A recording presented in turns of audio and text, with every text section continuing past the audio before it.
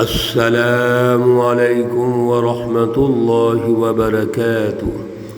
اعوذ باللہ من الشیطان الرجیم، بسم اللہ الرحمن الرحیم۔ وَأَنَّهُ أَهْلَكَ عَادًا الْأُولَىٰ وَثَمُودَ فَمَا أَبْقَىٰ وَقَوْمَ نُوحٍ مِّن قَبْلُ إِنَّهُمْ كَانُوا هُمْ أَظْلَمَ وَأَطْغَىٰ۔ صدق اللہ العلی العظیم۔ اللہم صلی علی سیدنا و مولانا محمد النبی الامی وعلی آلہ واصحابہ وبارک وسلم وصلی علیہ۔ معزز سامعین و سامعات، پارہ نمبر 27 سورۃ النجم، آیات مقدسہ 50 تا 62 ہیں۔ آج الحمدللہ سورہ مقدسہ کی آخری آیات پہ درس ہو رہا ہے۔ اللہ رب العزت ان آیات کا فہم اور شعور عطا فرمائیں اور عمل کی توفیق اور صلاحیت عطا فرمائیں۔ گزشتہ درس میں اللہ رب العزت نے وہ جماعتیں جو کفار، مشرکین اور منافقین پر مشتمل ہیں، اور پھر رسول اللہ صلی اللہ علیہ وسلم جو اللہ کے نمائندے ہیں اور سچی رہنمائی کی اشاعت کر رہے ہیں، سچی رہنمائی سمجھا رہے ہیں، انسانیت پر پیش کر رہے ہیں، ان کو حاصل کرنے کا طریقہ کار یہ ہے کہ مکمل توجہ ہونی چاہیے، مکمل اللہ رب العزت کی طرف لگاؤ ہونا چاہیے۔ اس رہنمائی کو سمجھنے کے لیے قلبی صلاحیتوں کو بروئے کار لانا چاہیے۔ اگر ایک شخص کچھ چیزیں سمجھتا ہے اور پھر بھاگ جاتا ہے، توجہ ہی نہیں کرتا، توجہ سے سنتا نہیں ہے، غور و فکر نہیں کرتا، وہ کبھی کامیاب نہیں ہو سکتا۔ اور کامیابی کا جو ذریعہ ہے وہ جد و جہد ہے۔ کسی بھی شخص کو یا کسی جماعت کو کامیابی اسی شکل میں ملے گی جب وہ کوشش کرے گا، اور اللہ کسی کی کوشش کو ضائع نہیں کرتے، بلکہ اللہ رب العزت نے معاشرے کی تشکیل کی بنیاد ہی تعاون باہمی پہ رکھی ہے۔ ایک دوسرے کے ساتھ مل کے چلنا ہے، جس کی بنیاد عدل ہے، مساوات ہے، امن ہے، ایک دوسرے کی خیر خواہی ہے، تعاون باہمی ہے۔ اللہ رب العزت نے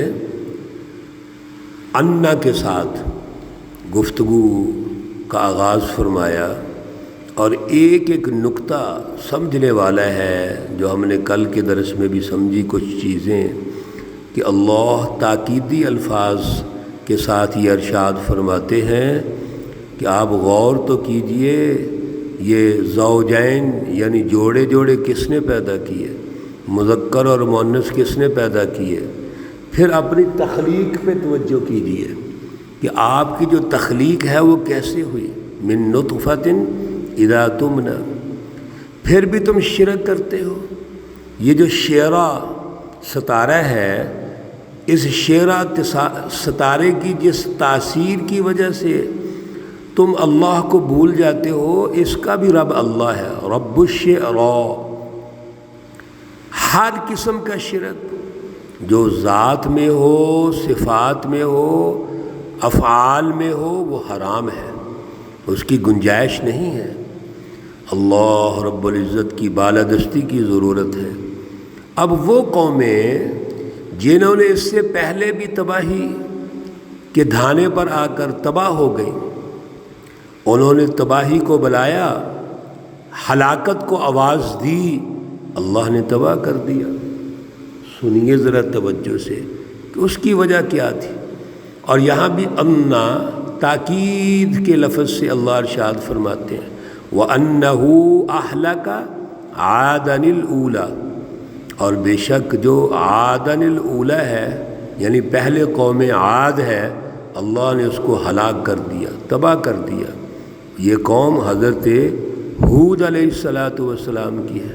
پھر آگے چلیے وَثَمُودَ فَمَا أَبْقَى، قوم ثمود کو تباہ کر دیا، حضرت صالح علیہ السلام کی قوم کو، اور اس میں کچھ بھی نہیں چھوڑا، سب تباہ ہو گئے۔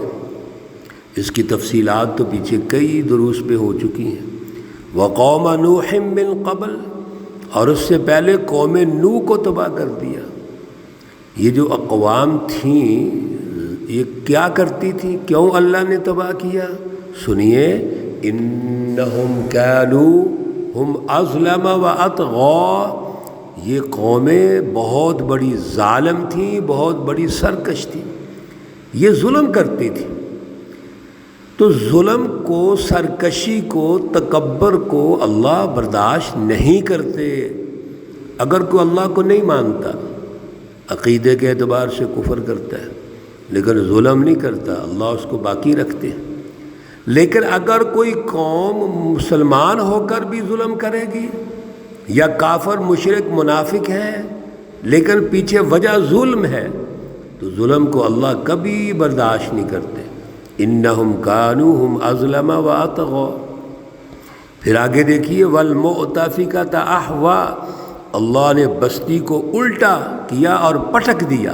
اہوا، ان کو پٹک دیا۔ یہ حضرت لوط علیہ السلام کی قوم ہے۔ پتھروں کی بارش ہوئی اور تباہ و برباد کر دیا۔ فغشاها ما غشا، پس ان پر آ پڑے پتھر جو اللہ کی طرف سے تھے۔ فَبِأَيِّ آلَاءِ رَبِّكَ تَتَمَارَىٰ، اے لوگو سن لو، اللہ الارم کر رہے ہیں، بس اللہ کی جو کون کون سی نعمتیں ہیں، آپ اپنے رب کی نعمتوں کو تم جھٹلاؤ گے، تم انکار کرو گے۔ ان ظالموں کا خاتمہ بھی انسانیت پر اللہ کا انعام ہے۔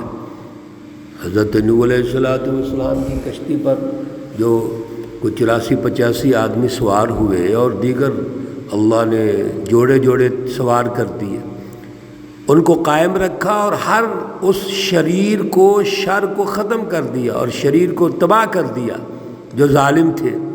یہ اللہ رب العزت کی طرف سے۔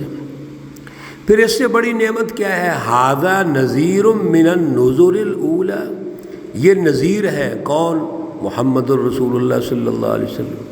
اور ان نذیروں کی ایک لسٹ ہے، فہرست ہے، تاریخی تسلسل ہے۔ من النذر الاولی، جو پہلے جو نذیر ہے، جتنے اللہ کے نبی اور ان کے واقعات ہم سن رہے ہیں، یہ سب تاریخی تسلسل سے نذیر ہے، یعنی قوموں کو ظلم سے، سرکشی سے، تکبر سے نکالنا چاہتے ہیں، ان کو ڈرانا چاہتے ہیں، ان کے انجام سے بچانا چاہتے ہیں۔ آزفۃ الآزفہ، آ پہنچی، آنے والی۔ دنیا کے اندر جب اللہ کا عذاب آیا، یہ قومیں تباہ ہو گئیں، انہوں نے نذیروں پر، اللہ کے رسولوں پر توجہ نہیں کی تو دنیا میں تباہی آ گئی۔ اور اگر دنیا سے بچ گئے تو پھر مرنے کے بعد کی زندگی میں تباہی آئے گی۔ یہ قبر حفرۃ من النار، جہنم کے گڑھوں میں سے ایک گڑھا ہے۔ اللہ رب العزت اس قبر میں ایسے ظالموں اور شریروں کو نہیں چھوڑیں گے، عذاب شروع ہو جائے گا۔ لیس لہا من دون اللہ کاشفہ، اور اس عذاب کو اللہ کے علاوہ کوئی نہیں کھول سکتا۔ یہ اللہ کا عذاب آ کے رہے گا۔ پیچھے بھی تفصیلات اس عنوان سے عرض کر چکے ہیں کہ اللہ کا عذاب جب آتا ہے بڑا سخت آتا ہے۔ ان بطش ربک لشدید، اللہ کی پکڑ بہت سخت ہے۔ افمن ھذا الحدیث تعجبون، کیا تم کو اس بات سے تعجب ہوتا ہے؟ یہ کفار اور مشرکین مانتے نہیں اس بات کو، تعجب کرتے ہیں۔ وَتَضْحَكُونَ وَلَا تَبْكُونَ، اور تم ہنستے ہو روتے نہیں ہو۔ تم جتنے یہ عذاب سن رہے ہو، اللہ کے عذاب آئے، تباہیاں آئیں، قومیں تباہ ہو گئیں، آج تاریخی تسلسل سے سننے کے بعد بھی تم ہنستے ہو روتے نہیں ہو۔ وَأَنْتُمْ سَامِدُونَ، اور تم کھیل کود کرتے ہو، کھلاڑیاں کرتے ہو۔ اللہ رب العزت نے کفار مکہ، مشرکین مکہ اور منافقین کا نقشہ کھینچ دیا کہ آج بھی یہ اللہ کے عذابات کو دیکھ کے غور و فکر نہیں کرتے۔ اور میرے عزیزو، اللہ معاف فرمائے، آج ہزاروں سال گزر گئے، رسول اللہ صلی اللہ علیہ وسلم کو بھی 1450 سال گزر گئے، اور ہم آج بھی مذاق سمجھتے ہیں، آج بھی ہم غور و فکر نہیں کرتے، آج ان ظالموں کی حمایت کرتے ہیں۔ دنیا کے بین الاقوامی درندے، بین الاقوامی غنڈے جو ہیں، بدماش ہیں، امریکہ اور یورپ اور پورا اس کا اتحادی بلاک، آج بھی ہم ان کے ساتھ دوستیاں کرتے ہیں، جن کو قرآن نے کہہ دیا یا ایھا الذین آمنوا لا تتخذوا اليہود والنصارى اولیاء، اور ہماری حکومتیں ان کے ساتھ دوستی کی پینگیں چڑھاتی ہیں، ان کی فلسفی، ان کا نظام، ان کی تعلیم، ان کی تربیت، سب کچھ ان کا ہے، اور ہم مسلمان کس بات کے ہیں؟ اللہ رب العزت نے آخر میں بڑے خوبصورت انداز میں فرما دیا، اور یہ سجدے کی آیت ہے کہ یاد رکھو، اگر سمجھنا ہے تو اب بھی سمجھ جاؤ، اور کیا کرو؟ فَاسْجُدُوا لِلَّهِ، پس اللہ کے لیے سجدہ کرو، وَاعْبُدُوا، اور اللہ ہی کی بندگی کرو۔ ایک ہی راستہ ہے میرے عزیزو، اس آیت پہ توجہ کیجیے کہ اگر ہم اللہ کے عذاب سے بچنا چاہتے ہیں، دنیا کے عذابوں، ظلم سے، تکبر سے، غرور سے بچنا چاہتے ہیں، دنیا کا جو سیاسی اور معاشی عذاب ہے، غلامی سے بچنا چاہتے ہیں، اور آخرت کے عذابوں سے بچنا چاہتے ہیں، تو ایک ہی حل ہے، اللہ کے سامنے جھک جاؤ، یعنی اپنے قلب، اپنے دماغ، اپنی تمام تر باڈی کی صلاحیتیں اللہ کے سامنے جھکا دو، اور اللہ کو غالب کرو، اللہ کی بالادستی کرو، اسی کی بندگی اختیار کرو، پھر شیطان سے بھی بچ جاؤ گے، شیطانی جماعتوں سے بچ جاؤ گے، اور اللہ کی برکات نازل ہوں گی۔ اللہ نے یہ حل بتا دیا۔ میرے عزیزو، آج اس پہ توجہ کی ضرورت ہے۔ یہ ہے وہ اللہ کا نور، تجلی، قرآن پاک، جس کی رہنمائی کو حاصل کر کے ہم نے اس کو غالب کرنا ہے، اور اسی کی روشنی میں کامیاب ہونا ہے۔ اس سورہ مقدسہ کا ہدف بھی یہی تھا کہ اللہ کی اس سچی رہنمائی کو سمجھو، محض بیانیاں جاری نہ کرو، تقریریں مت کرو، عمل کی ضرورت ہے، عملی نظام کو نافذ کرو۔ یہ آیت مبارکہ سجدے کی ہے۔ جب ہم نے اس آیت کو پڑھنا ہے یا سننا ہے تو پھر اللہ کے سامنے سجدہ کریں گے، جس کو سجدہ تلاوت کہتے ہیں۔ اللہ رب العزت ہمیں اعلیٰ شعور اور اعلیٰ نظریہ عطا فرمائے۔ اللہ رب العزت تمام بیماروں کو شفائے کاملہ عاجلہ مستمرہ عطا فرمائے۔ اللہ رب العزت تمام مرحومین و مرحومات کو جنت الفردوس میں اعلیٰ مقام عطا فرمائے۔ ربنا تقبل منا انك انت السميع العليم وتب علينا انك انت التواب الرحيم، وصلى الله تعالى على النبي الأمي محمد وعلى آله وأصحابه أجمعين برحمتك يا أرحم الراحمين۔ السلام عليكم ورحمة الله وبركاته۔